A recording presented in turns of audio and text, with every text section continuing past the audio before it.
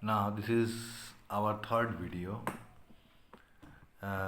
In this particular problem, we will discuss the treatment relating to partly occupied and partly let out house property.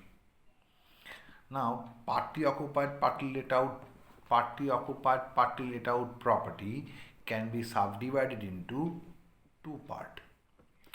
One is as per floor area basis or carpet area basis, and other is as per time basis. Let us assume that there is a house having three floors and one floor is occupied by the owner for his residential purpose and other two floors has been let out. তার মানে 2/3 of the house is let out and 1/3 house is occupied. This is called partly occupied, partly let out on the basis of floor area. Now, as per time basis also, there may be a partly occupied, partly let out criteria. Let us assume that there is a house, the first 9 months of the entire house was let out, and then the house is occupied by the owner for his self residence. 9 months let out and 3 months occupied. Such property is called partly let out, partly occupied on the basis of time basis. Now, what will be the treatment? How you treat it in income tax? When the house is partly occupied, partly let out on the basis of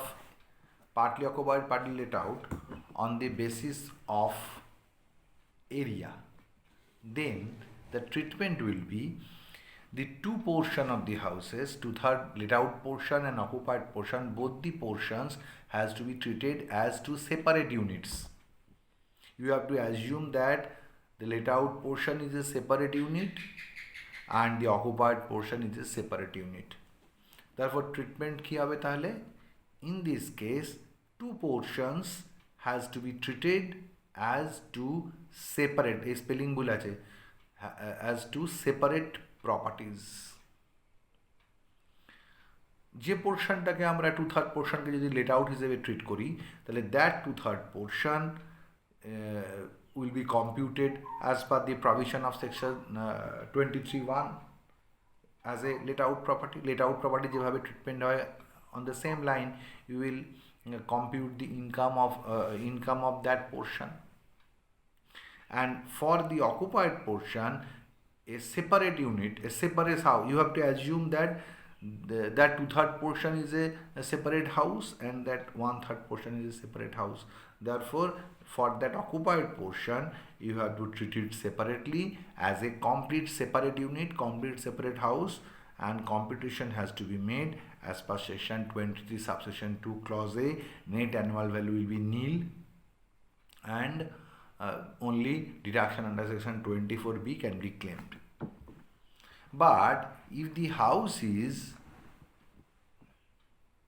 partly occupied, partly let out on the basis of time basis, then the treatment is a bit easier.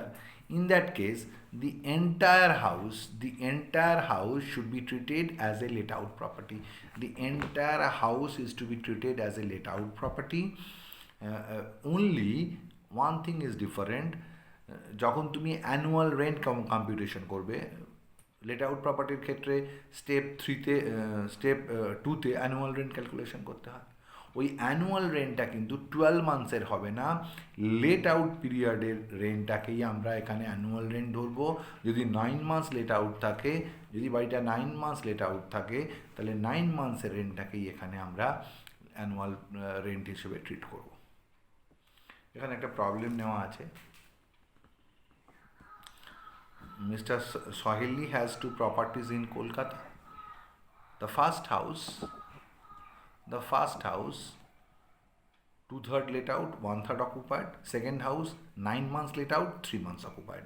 তার মানে house 1টা এটা partly occupied partly let out on the basis of floor area, আর এটা on the time basis. তো আমরা অঙ্ক শুরু করছি।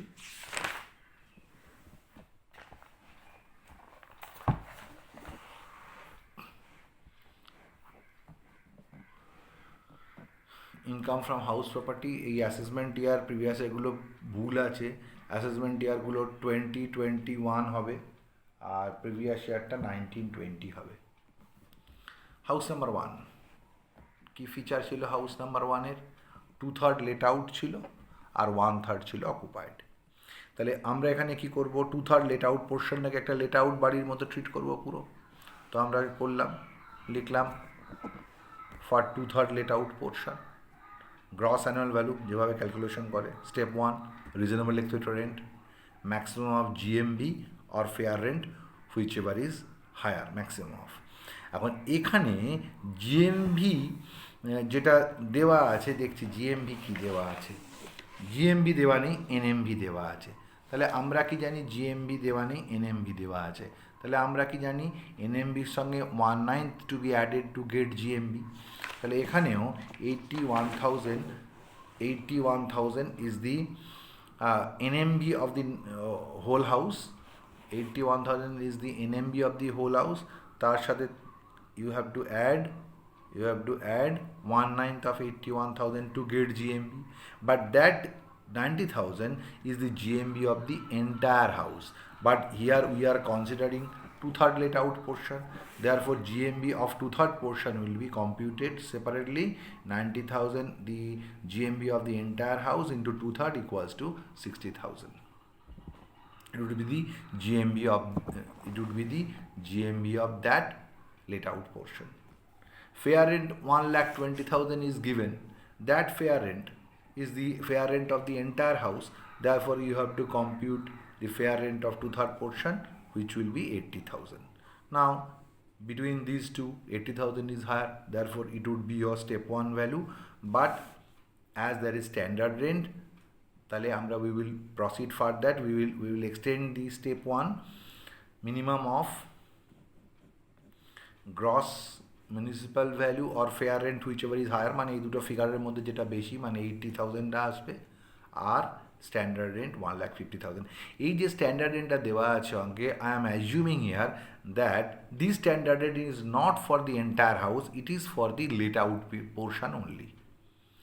তারপর এই দুটোর মধ্যে যেটা মিনিমাম 80,000 সেটাই হয়ে গেল আমার RER, রিজনেবল এক্সপেক্টেড রেন্ট। এবার আমরা স্টেপ 2-তে যাব, অ্যানুয়াল রেন্ট বার করব। অ্যানুয়াল রেন্ট অঙ্কে বলা আছে 12,000 পার মান্থ, 12,000 into 12 মান্থসের রেন্ট। সেখান থেকে আনরিয়ালাইজ রেন্ট 2,000 অঙ্কে বলা ছিল, আনরিয়ালাইজ রেন্ট 2,000 মাইনাস করলে 1,42,000, এটা এলো স্টেপ 2 ভ্যালু। স্টেপ 3-তে যাব। স্টেপ 3-তে নিয়ম কি, স্টেপ 1-এর 80,000 আর স্টেপ 1 থেকে এসেছিল স্টেপ 2 থেকে এসেছিল 1,42,000, আর স্টেপ 1 থেকে এসেছিল 80,000 স্টেপ 1 ভ্যালু এসেছিল, আর স্টেপ 2 1,42,000। এই দুটোর মধ্যে যেটা বেশি সেটাকেই আমরা স্টেপ 3 ভ্যালু নেব।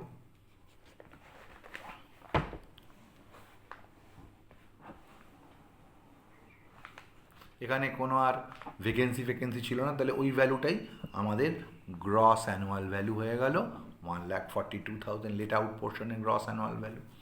সেখান থেকে municipal tax paid by owner minus করতে যাব। মিউনিসিপ্যাল ট্যাক্স কিন্তু এখানে আবার 2/3 পোর্শনের জন্যই ক্যালকুলেশন করতে হবে আমাকে। 2/3 পোর্শনের মিউনিসিপ্যাল ট্যাক্স ক্যালকুলেশন করব। 81,000 লেট আউট পোর্শন যেটা ছিল, লেট আউট পোর্শনের এন্টায়ার হাউসের NMB of the entire house, গোটা বাড়িটার এনএমবি ছিল 81,000।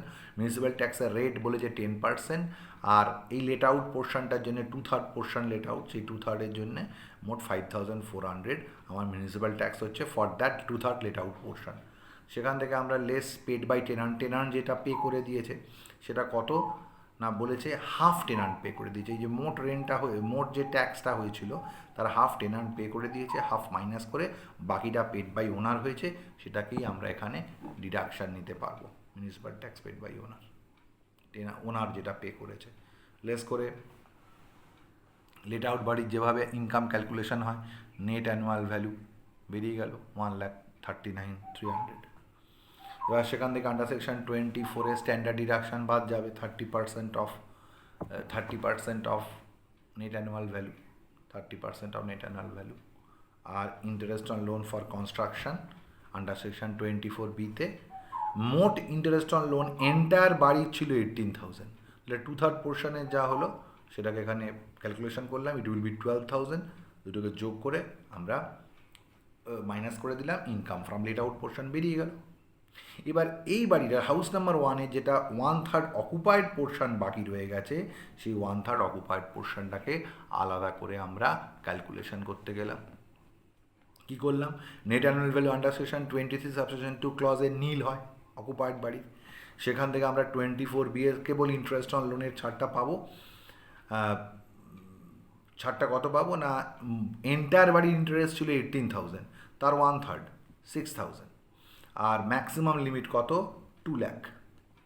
বাড়িটা কনস্ট্রাকশনের জন্য ইন্টারেস্ট লোন নেওয়া হয়েছিল, তাহলে এই ম্যাক্সিমাম লিমিট 2 লাখ। এ দুটোর মধ্যে যেটা কম সেটা আমরা ছাড় পাবো, এ দুটোর মধ্যে যেটা মিনিমাম সেটা ছাড় পাবো। এটা তো ম্যাক্সিমাম ছাড়, তাহলে যে দুটোর মধ্যে যেটা কম সেটা ছাড় পাবো 6,000 নীল থেকে 6,000 মাইনাস করলাম, তাহলে অকুপায়েড পোর্শনটার জন্য 6,000, এই বাড়ির যে 1/3 অকুপায়েড পোর্শন তার জন্য 6,000 ইনকাম ফ্রম অকুপায়েড পোর্শন এসে গেল। তাহলে লেট আউট পোর্শনের ভ্যালু এসেছিল 85,510, আর এখানে 6,000 মাইনাস করে 79,510 এসে গেল আমার ইনকাম ফ্রম হাউস নাম্বার 1। এবার আমরা যাব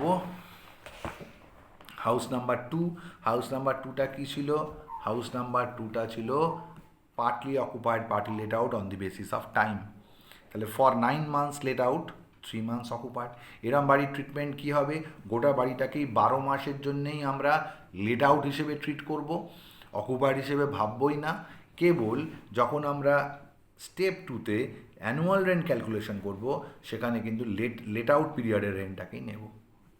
গোটা বাড়ির গ্রস অ্যানুয়াল ভ্যালু 2 লাখ ছিল, গোটা বাড়ির gross annual value 2 lakh, fair rent 2,20,000, তাহলে 2,20,000টা বেশি হলো, এটাই আরিয়ার এসে গেল।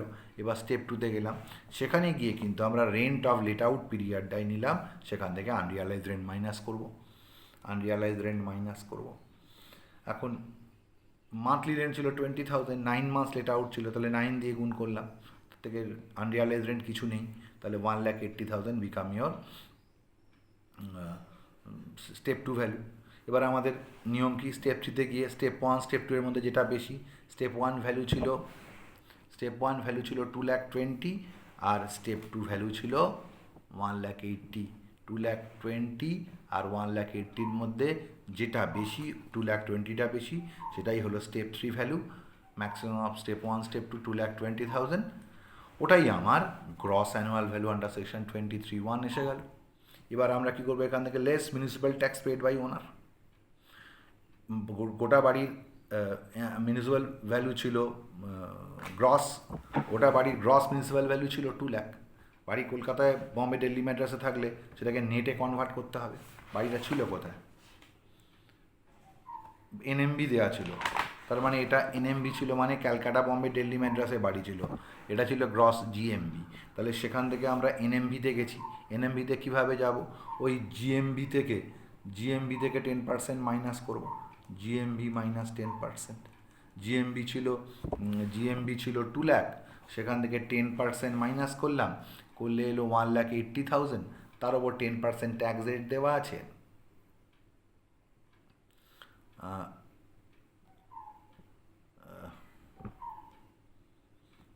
তার মধ্যে আবার মনে হচ্ছে টেনান্ট কিছুটা পেমেন্ট করে দিয়েছে। না, মিউনিসিপ্যাল ট্যাক্সের 1/4 ডিউ আছে, 1/4 ডিউ আছে। তার মানে কি হয়েছে?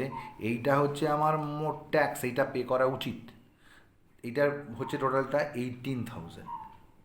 এই 18,000-এর আবার 1/4 ডিউ আছে। তাহলে পেড হয়েছে কত? 18,000 মাইনাস 18,000-এর 1/4, 18,000 1/4 হচ্ছে 4,500। তাহলে এই 18,000 থেকে 4,500 মাইনাস করে 13,500 মিউনিসিপ্যাল ট্যাক্স পেড বাই ওনার হলো, পেড বাই ওনার। মাইনাস করে দিলাম, নেট অ্যানুয়াল ভ্যালু এসে গেল। সেখান থেকে স্ট্যান্ডার্ড ডিডাকশান যেভাবে মাইনাস করে 30% of net annual value minus করলাম, আর interest on loan for construction 20,000, দুটোকে যোগ করে মাইনাস করে দিলাম, ইনকাম ফ্রম হাউস নাম্বার 2 বেরিয়ে গেল, হাউস নাম্বার 1 আর হাউস নাম্বার 2 এর ইনকাম যোগ করলাম, total income from house property পেয়ে গেলাম।